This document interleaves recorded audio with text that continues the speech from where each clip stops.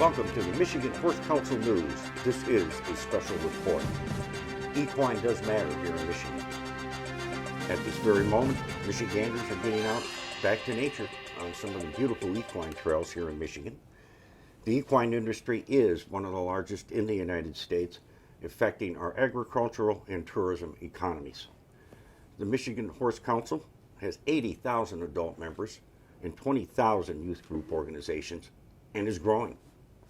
In recent survey by the American Horse Council in 2017, it cited that the Michigan equine economy is generating approximately $1.6 billion. That is a lot of hay, folks. And because of this, we do have State Representative Julie Alexander from the 64th District that will be joining us here shortly to outline how this is important to our economy, and also the Grown in Michigan campaign that she is spearheading. We will also be joined by Ms. Jenny Cook, a representative from the Michigan Department of Natural Resources, celebrating 100 years of Michigan state parks here in our great state. Ms. Julie Verganick of the Beekman Riding Therapeutic Stables will be here, helping people with disabilities. And Mr. Bruce Durr, he'll also be joining us. He is the statewide trail director for the Michigan Horse Council. And Ms. Tammy Tyler also will be here. She is the communications coordinator for the Michigan Horse Council. So sit back, relax, and it's all here today on the Michigan Horse Council News Special Report.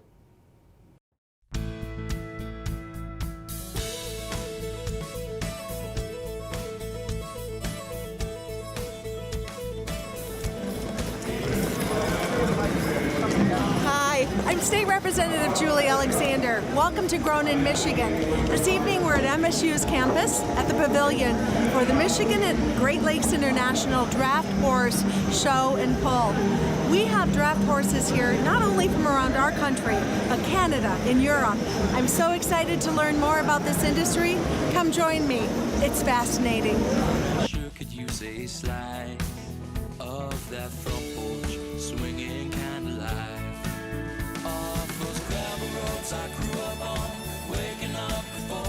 Michigan's equine industry contributes $1.6 billion to the state's economy and is responsible for more than 30,000 jobs statewide. Michigan is also home to the 12th largest population of horses at more than 188,000. The competition sector alone supports nearly 12,000 jobs and adds $591 million in value to our state's economy. So what you're bringing here into the community, it's not just great entertainment, not great family entertainment, but when you look at the economic impact, all of these farmers, draft horse farmers are bringing it, yeah. And we're just one show. There's a ton of these shows that are out there that we're missing, but we've done impact studies here, and we're running between $1 million and $1.3 million of economic impact in a 4-day weekend to the East Lansing area. And so I think it's very significant. I think that Michigan could have one of these just about every weekend of the year if we work together. Welcome back, ladies and gentlemen, to the Michigan Horse Council News Special Report. As we indicated, the equine industry is very responsible for helping Michigan's economy, especially the agricultural economy, continue to keep growing. And as you just saw in the Grown in Michigan piece produced by Ms. Julie Alexander, State Representative of the 64th District, she's here also in person to describe her efforts and how this is going to continue as we move forward out of the pandemic to help keep our economy strong here in Michigan. Thank you, Ms. Alexander, for coming here today. And certainly you've been out there working hard on behalf of taxpayers to promote the excellent agriculture that we have in our great state. Well, I am in my third and final State House term, and working hard is what we as farmers do, isn't it? Isn't it? So when I said I do at the altar 34 years ago, I became a farmer. My husband and I have been blessed to be raising 4 children, and before that I was a middle school teacher. So it's my combination of being that farmer and that middle school teacher. I value education, and I think we can all do a better job of educating our state educating legislators on the importance of our agricultural industry here in Michigan. Indeed, indeed. And for many of us that are getting back to nature by eating better foods, there's not a better place than here in Michigan, as we're finding out. Oh, exactly. In fact, Michigan ranks #2 in the nation for the most diversification of commodities raised and grown. We raise and grow over 300 different commodities here in our state. So we're just following behind California. So we do a great job here in our state, and I am proud and honored to be able to boast and be a champion of our industries. Indeed, and we're glad to have you definitely as a representative out there promoting this aspect of our state.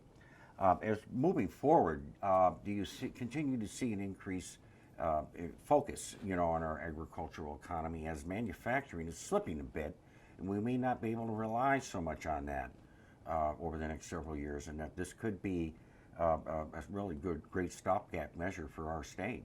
Well, exactly, and it's important we promote our own industry. It's important that those, whether you're in the horse industry, the equine industry, or cattle, or crops, commodities, doesn't matter what portion of the ag economy you represent, your voices need to be heard. And what's crucial as a state legislator is that each and every one of you out there listening know to get in touch with your legislators. They're the ones making the decisions. Please make your voices and opinions known to them. And as we move forward, I do believe agricultural industry will only get stronger and better. We're continue to look at ways to export more of the commodities that we're raising. That is an important piece of it. But as we reflect on what we're going through over the last 14 months with COVID-19, I think for the first time, individuals are reflecting on the fact that they went to the grocery store and their favorite product may not have been there. They might not have been able to get that gallon of milk or fresh produce or meat, get in for the processing of their meats. So with that conversation being elevated, I think it continues to show and help us showcase the value we bring. Indeed, indeed. And it's good people like you that we can rely on in our state government to help us during these times. And as you're out there meeting people, and those viewers out there may want to get in touch with Ms. Alexander, as they are also promoting perhaps what they're doing in the agriculture area. I'm glad that certainly they'd be able to get a hold of you and you could be receptive to what their questions may be. Yeah, absolutely. And you make a really valid point. So I'm honored to be serving for as the chair of the House Agriculture Committee for my second term now. But I encourage each and every one of you listening to know who your state legislator is, know who your representative is, know who your senator is. They need to hear from you. As a legislator, we don't have all the answers. We need, in my opinion, to surround ourselves with knowledgeable people. We won't have all the answers, but we need to know who to go to get accurate, fair information. And it's those of us that truly value the ag economy and just the lifestyle, the importance agriculture brings to our great state. Your voices need to be heard, and your legislators need to hear from you, because if they're hearing the story from someone else, then are we sure they're getting the right story? So there is so much value in everyone reaching out to their legislators. Indeed, you're making yourself extremely accessible, and we appreciate that. I know our viewers do. So thank you so much, Ms. Alexander. Keep up the hard work out there. My pleasure. My pleasure. We'll be seeing you out in the trails. Absolutely. And stay with us, folks, here at the Michigan Horse Council News Special Report. Welcome back, ladies and gentlemen, to the Michigan Horse Council News Special Report. We're very honored today to have a representative from the Department of Natural Resources, Ms. Jenny Cook, who's a trail ambassador here to help us understand what's going to be happening out in the state parks and the equine trail systems, celebrating 100 years of state park service here in the state of Michigan. So you know your tax dollars are hard at work.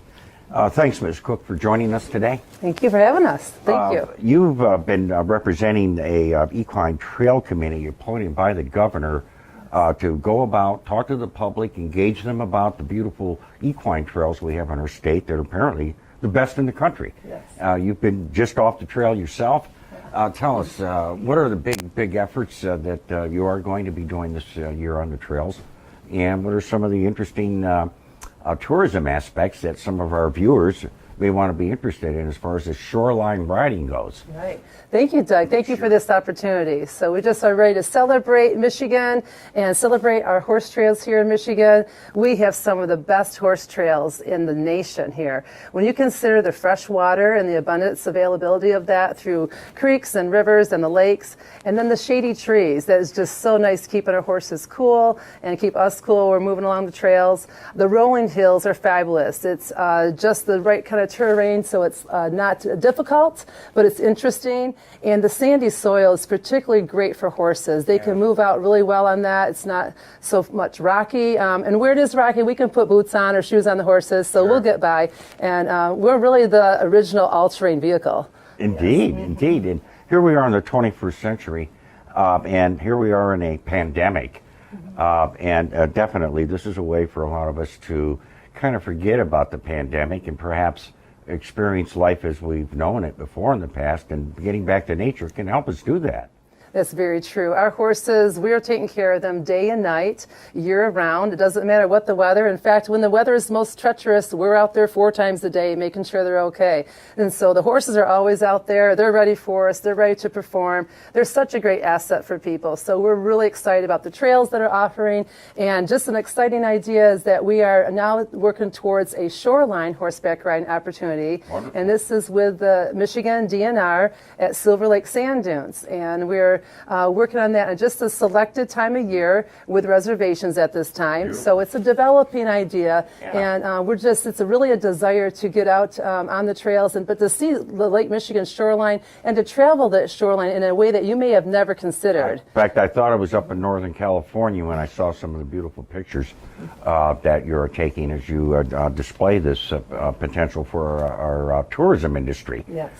Tourism being a big part of our economy and will continue now to be as we move forward away from the pandemic. And Jenny, you've been working hard out on the trails to ensure safety, because a lot of us are out there in our ORVs and we'll run across trail groups.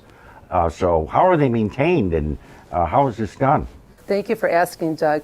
Our horse trails are maintained by horse friends groups, and we have over 50 horse friends groups throughout the state of Michigan. And we designate and we design and we maintain and sustain horse trails. And if it wasn't for these horse groups, we probably would not have a horse presence out there. And they give back over $500,000 annually to the state of Michigan, to our public lands, so horses can have a place out on the trails. So we're really appreciative of all of those donations and of the volunteer efforts. It's just incredible. Certainly there's trail etiquette, as more and more of us will be getting out this summer out on these trails, and it's expected to be a huge surge actually.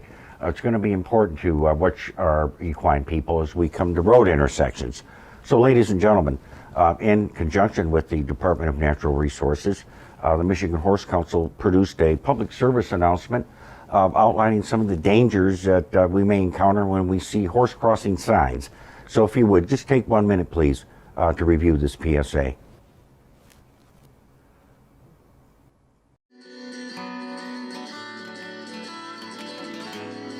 Always pass slow and wide when encountering Michigan equine trail groups on Michigan roadways. The Michigan Horse Council, along with the Michigan Department of Natural Resources, maintains over 225 miles of outdoor recreational trails for horse and equine activities. The Michigan State Police reported there were 889 traffic fatalities and 753 cell phone distracted driving crashes this year, a 13% increase from the previous year. Horse and livestock fatalities are on the increase. Please keep these common sense procedures in mind when encountering equine trail signs. Always pass slow and wide. Heed riders' requests to slow down. Activate hazard signal lights on your vehicle, and treat every horse as a hazard.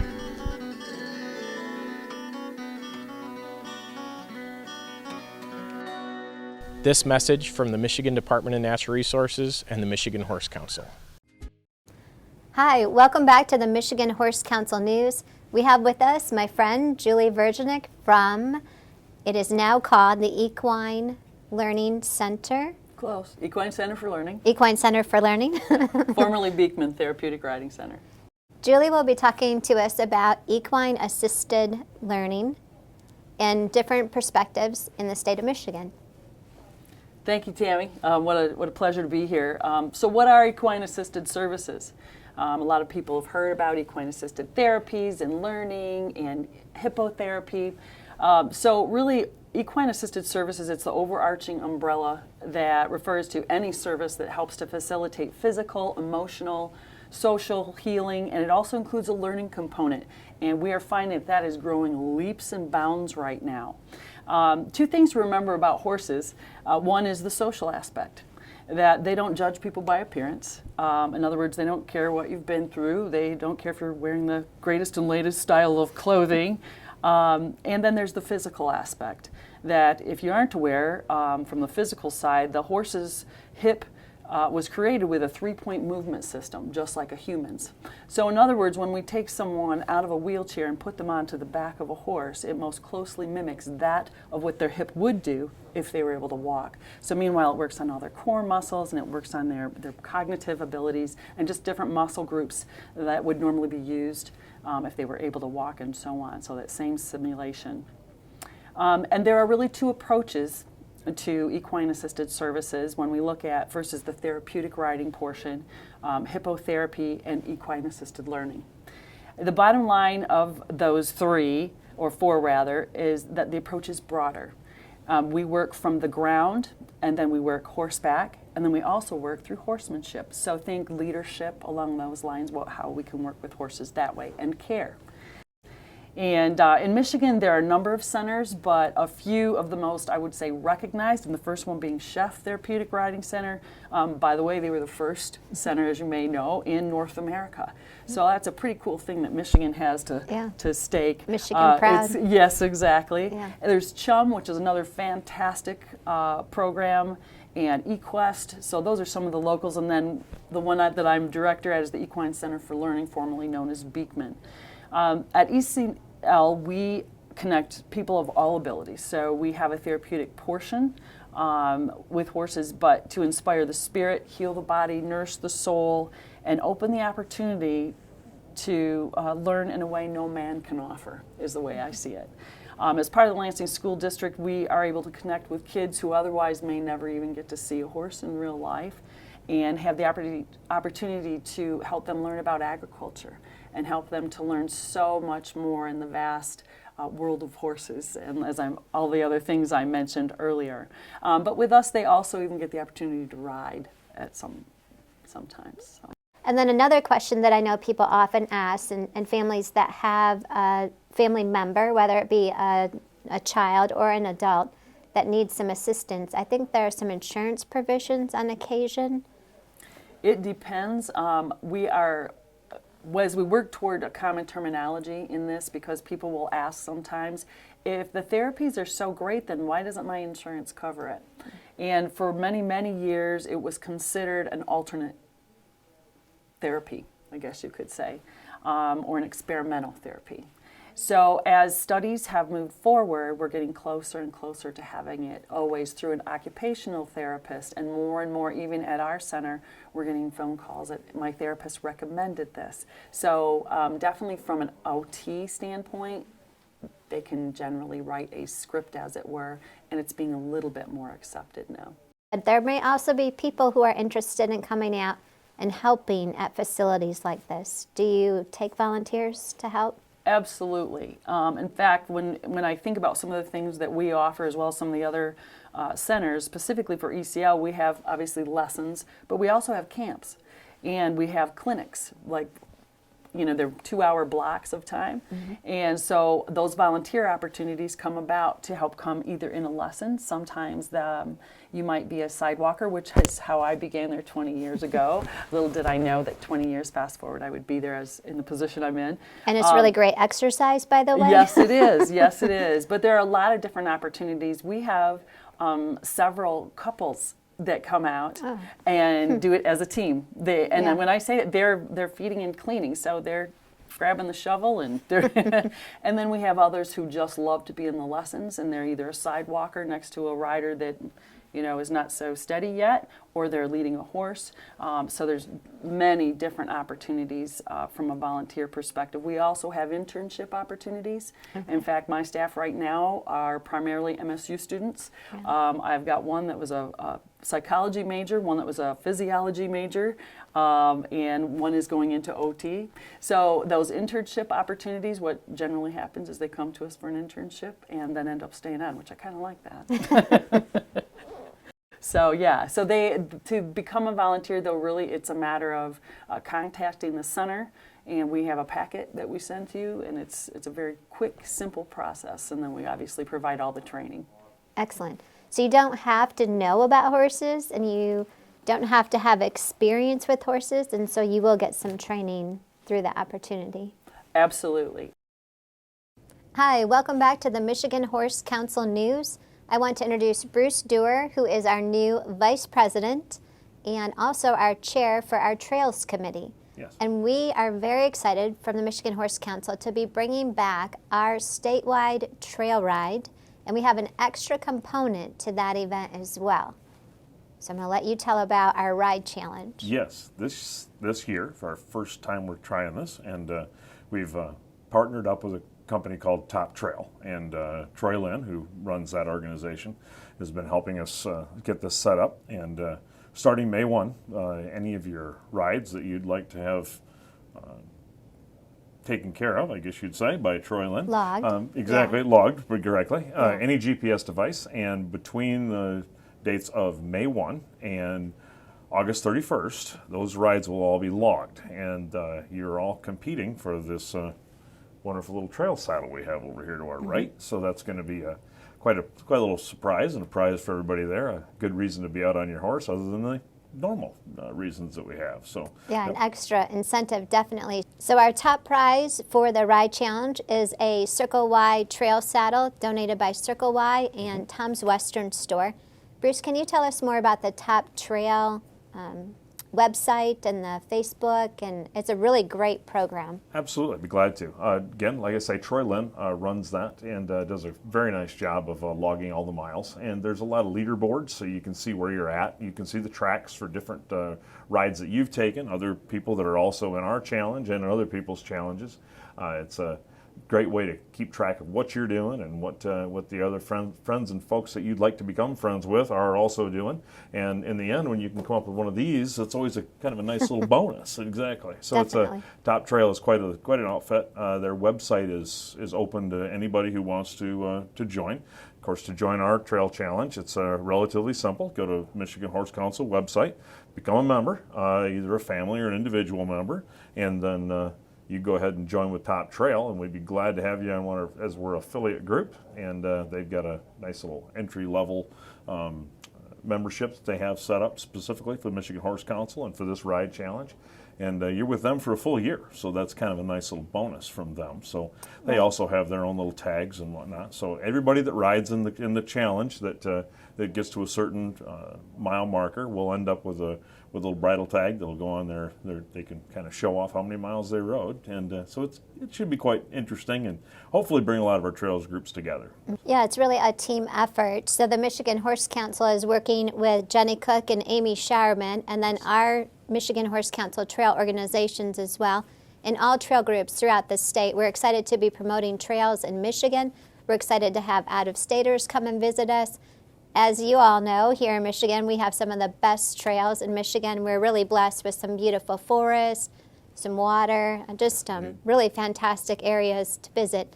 So if you join the Ride Challenge, we have a big celebration set up for September. Can you tell us about that weekend? Absolutely. That weekend should be pretty exciting for all of us. Not only do we have all of the groups getting together that have ridden and that have competed for the saddle and all the various other prizes that are out there, it's going to be a great weekend just to get together with folks. There's the camping that takes place at DBRD, a lot of fully equipped sites, if you want to call it that, with water and electric, which most of us who ride horses are really happy to have, just better than a tree on a rope. So that works out rather well. So we have that. And looking forward to having quite a few people with us, some people that really are going to make it exciting. Any one of the reasons would be good by itself to come out and see us in September. But we've got Daryl Nephew going to be there also from Circle Y, and he's going to be doing some saddle fittings that are normally a fairly good cost, and he's going to be doing free of charge there. If you sign up on our website, we can get you logged in for that, and they can be looking at all the different ways that their saddle can either fit or fit better, or what you can do to make your horse and yourself more comfortable. Also have Brant Clark, who's going to be there as our clinician, and he's an amazing individual. The things that he does and the way that he treats horses and riders, very not at all a cookie cutter type of a trainer. Does a great job with clinics in that he teaches every person that their horse and they themselves are individuals and they have individual experiences, and it's good to have somebody who comes in without you have to buy my gear in order to work. And Brant's not that way at all. He's a very good guy, and looking forward to seeing him. His 2021 circuit this year is quite going to be very interesting, and so it's more of a connection between the horse and the rider. And we'll see how that works out. We're really excited to have him there. Several vendors are going to be available, looking to get quite a few of those folks involved that we might normally see at the expo, but now you'll be able to see them at this extravaganza, I'd like to call it that. Yeah. And so it starts on Friday during the day. Come on in and get yourself set up. And Friday night we'll be having our campfire, have some things set up around there, some music, going to relax. And then Saturday we've got trail rides, we've got clinicians, we've got all sorts of things happening on Saturday.